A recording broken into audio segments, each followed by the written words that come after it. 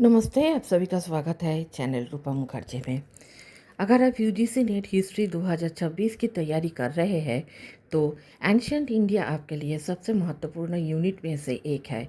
हर साल ancient India से अच्छे खासे प्रश्न पूछे जाते हैं और अगर आपकी टाइमलाइन मजबूत है, कॉन्सेप्ट्स क्लियर है और इम्पोर्टेंट टॉपिक्स प्रॉपरली तैयार है तो आप आसानी से अच्छे मार्क्स स्कोर कर सकते हैं। आज की इस वीडियो में हम एंशिएंट इंडिया की कंप्लीट टाइमलाइन, महत्वपूर्ण राजवंश, धर्म, संस्कृति, प्रशासन, कला, वास्तुकला और एग्ज़ाम के बार बार पूछे जाने वाले टॉपिक्स को आसान भाषा में समझेंगे। तो वीडियो को अंत तक ज़रूर देखें क्योंकि ये आपकी प्रिपरेशन के लिए कंप्लीट रिवीजन क्लास की तरह काम करेगा। यूजीसी नेट हिस्ट्री में एंशिएंट इंडिया से लगभग हर साल क्वेश्चन पूछे जाते हैं।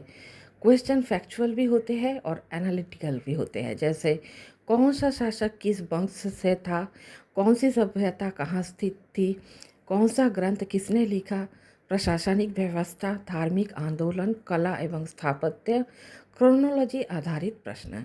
इसीलिए एंशिएंट इंडिया को टाइमलाइन के साथ पढ़ना बहुत ज़रूरी है। सबसे पहले आता है प्री हिस्टोरिक पीरियड यानी प्रागैतिहासिक काल।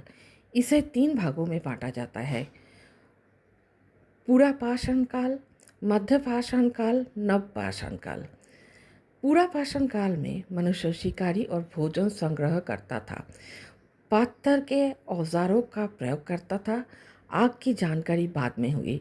मध्यपाषाण काल, छोटे पत्थर के औजार का इस्तेमाल होना शुरू हुआ और पशुपालन की शुरुआत हुई। नवपाषाण काल में कृषि की शुरुआत हुई, स्थायी जीवन की भी सूचना हुई, पहिए का प्रयोग हुआ और मिट्टी के बर्तन बने। यही से सभ्यता का विकास शुरू हुआ। अब आते हैं सबसे महत्वपूर्ण टॉपिक पर, हड़प्पन सिविलाइजेशन। ये यूजीसी नेट का फेवरेट टॉपिक है। इस सिविलाइजेशन का प्रमुख स्थल है हड़प्पा, मोहनजोदड़ो, लोथाल, कालीबंगान, धोलावीरा, राखीगढ़ी। हड़प्पा सभ्यता से जुड़ी कुछ महत्वपूर्ण तथ्य: नगर योजना विकसित था, ड्रेनेज सिस्टम शानदार था, ईंटों का प्रयोग हुआ, व्यापार विकसित था, मातृदेवी की पूजा प्रचलन हुई, पशुपति मुहर महत्वपूर्ण। सबसे महत्वपूर्ण प्रश्न है लोथल कहाँ क्या था? एक बंदरगाह, कालीबंगान अग्निकुंड, धोलावीरा जल प्रबंधन, मोहनजोदड़ो महास्नानागार। अब शुरू होता है वैदिक एज। समय काल है 1500 BCE। इसे 2 भागों में बांटा जाता है: ऋग्वैदिक काल और उत्तर वैदिक काल। ऋग्वैदिक काल में आर्यों का प्रारंभिक जीवन, पशुपालन मुख्य व्यवसाय हुआ, सभा और समिति का महत्वपूर्ण संस्था का स्थापन हुआ और इंद्र सबसे प्रमुख देवता बन गए। ऋग्वेद सबसे प्राचीन वेद है। गाय को संपत्ति माना जाता था, जन आधारित समाज था। उत्तर वैदिक काल, कृषि का विकास हुआ, वर्ण व्यवस्था मजबूत हुई, राजसत्ता बढ़ी, यज्ञों का महत्व बढ़ा। महत्वपूर्ण संस्था: अश्वमेध यज्ञ, राजसूय यज्ञ, वाजपेयी यज्ञ। अब आते हैं महाजनपद काल 600 BCE। इस समय 16 महाजनपद थे। सबसे महत्वपूर्ण महाजनपद थे मगध, कौशल, वत्स, अवंती। मगध सबसे शक्तिशाली क्यों बना? लोहे का उपलब्धता को स्वीकार किया, उपजाऊ भूमि था और हाथियों का उपलब्धता भी उन लोगों ने समझ लिया था। अब आते हैं धार्मिक आंदोलन यानी जैन धर्म और बौद्ध धर्म। ये टॉपिक नेट में बार बार पूछा जाता है। जैन धर्म संस्थापक ऋषभ देव पहले तीर्थंकर माने जाते हैं। महावीर स्वामी 24वें तीर्थंकर है। इन लोगों का मुख्य सिद्धांत था अहिंसा, अपरिग्रह, सत्य और प्राकृत भाषा में इन लोगों का ग्रंथ लिखा हुआ है। अब आते हैं बौद्ध धर्म पर। संस्थापक है गौतम बुद्ध। 4 आर्य सत्य है: दुख, दुख का कारण, दुख का निरोध, दुख निरोध का मार्ग। बौद्ध संगीति हुआ था पहले राजगृह में। दूसरी वैशाली में, तीसरी पाटलिपुत्र में, चौथी कश्मीर में। अब आते हैं मौर्य साम्राज्य में, जिसका टाइमलाइन है 322 BCE। अब जाते हैं एंशियंट इंडिया के सबसे बड़े साम्राज्य पर। संस्थापक चंद्रगुप्त मौर्य। महत्वपूर्ण व्यक्ति कौटिल्य या चाणक्य। महत्वपूर्ण ग्रंथ अर्थशास्त्र। बिंदुसार। चंद्रगुप्त के बाद बिंदुसार शासक बने। अशोक महान। यूजीसी नेट का सबसे महत्वपूर्ण रूलर। कलिंग युद्ध हुआ था 261 BCE। युद्ध के बाद अशोक ने बौद्ध धर्म अपनाया। धम्म नीति का मुख्य वैशिष्ट था अहिंसा, धार्मिक सहिष्णुता, प्रजा कल्याण। शिलालेख ब्राह्मी लिपि का प्रयोग। मौर्य प्रशासन। केंद्रीकृत शासन, विशाल सेना था, जासूसी व्यवस्था था और प्रांतों का प्रशासन था। ये टॉपिक एनालिटिकल क्वेश्चन के लिए महत्वपूर्ण है। उत्तर मौर्य काल में कई राजवंश आए, जैसे शुंग, कौंभ, सातवाहन, इंडो ग्रीक, शक, कुषाण। कुषाण वंश का सबसे महत्वपूर्ण शासक थे कनिष्क। उनकी उपलब्धियां थी चौथी बुद्ध संगति, गांधार कला और महायान बौद्ध धर्म। संगम युग दक्षिण भारत का महत्वपूर्ण टॉपिक।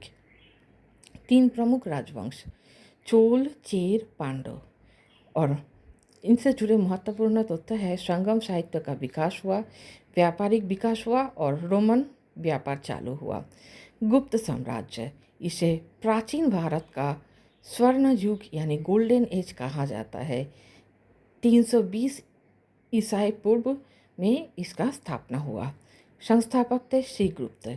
महत्वपूर्ण शासक है चंद्रगुप्त प्रथम, समुद्रगुप्त, चंद्रगुप्त द्वितीय। समुद्रगुप्त, उन्हें भारत का नेपोलियन कहा जाता है। इनके बारे में जाना जाता है इलाहाबाद प्रशस्ति से। और इन काल का सबसे महत्वपूर्ण लेखक है हरिसेन। चंद्रगुप्त द्वितीय, जिन्हें विक्रमादित्य का नाम से जाना जाता है, उनके राजत्व काल में फाहिन का आगमन हुआ, कला और साहित्य का विकास हुआ। गुप्त काल की कुछ उपलब्धियां ऐसी है, विज्ञान में आर्यभट्ट और ब्राह्मी सामने आए, साहित्य में कालिदास और कला में अजंता चित्रकला हुआ। हर्षवर्धन 606 CE। गुप्त के बाद हर्ष का उदय हुआ। महत्वपूर्ण तथ्य यहाँ पर आप लोग को याद रखना होगा, वो है राजधानी था कनौज, ह्यूएन का आगमन हुआ, नालंदा विश्वविद्यालय का संरक्षण हुआ।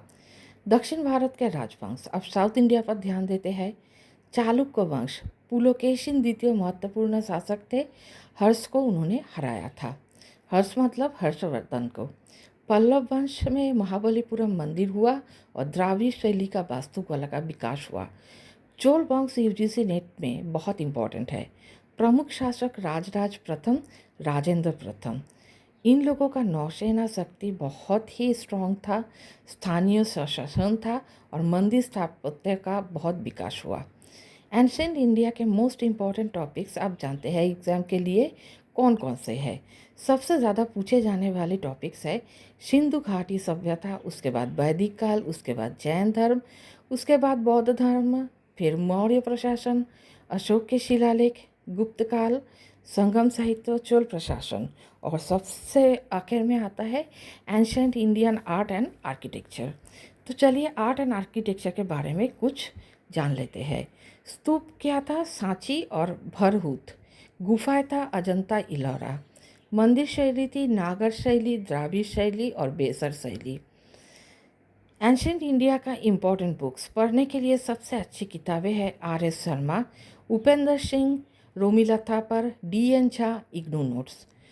अब बात करते हैं तैयारी कैसे करें। सबसे पहले टाइम लाइन याद करें, क्रोनोलॉजी मजबूत होना बहुत ज़रूरी है और PYQ हर टॉपिक के बाद प्रैक्टिस करें। शॉर्ट नोट बनाएं, जैसे राजवंश का chart, ruler list, religious concept और important books and authors. Revision बहुत ज़रूरी है। हिस्ट्री बिना रिवीजन के याद नहीं रहता। हर संडे को या जिस भी दिन आप थोड़ा सा फ्री रहते हैं वहाँ पर पूरा रिवीजन करें। प्रिपरेशन ऑर्डर कुछ ऐसा रखें। हड़प्पन सिविलाइजेशन, उसके बाद वैदिक युग, उसके बाद जैनिज्म एंड बौद्धिज्म, फिर महाजनपद, फिर Maurya empire, post Mauryan, Gupta empire, Sangam age, Harshavardhana and south Indian dynasty. Ancient India बहुत बड़ा टॉपिक लगता है, लेकिन अगर आप टाइमलाइन और कंसेप्ट के साथ पढ़ेंगे तो ये बहुत आसान हो जाएगा। यूजीसी नेट में सक्सेस उन्हीं स्टूडेंट को मिलती है जो स्मार्ट तरीके से पढ़ते हैं, बार बार रिवीजन करते हैं और प्रीवियस ईयर्स क्वेश्चन प्रैक्टिस करते हैं। अगर आपकी एंशियंट इंडिया मजबूत हो गई तो आपका आधा सिलेबस ऑटोमेटिकली स्ट्रॉन्ग हो जाएगा। कंसिस्टेंसी रखिए, डेली पढ़िए और रिवीजन कभी मत छोड़िए। अगर ये वीडियो हेल्पफुल लगी हो तो वीडियो को लाइक करें, चैनल सब्सक्राइब करें और कमेंट्स में लिखें एंशिएंट इंडिया रेडी। मिलते हैं अगले वीडियो में मॉडर्न इंडिया, मेडिएवल इंडिया और प्रीवियस ईयर क्वेश्चंस मैराथन के साथ। तब तक के लिए धन्यवाद, नमस्कार।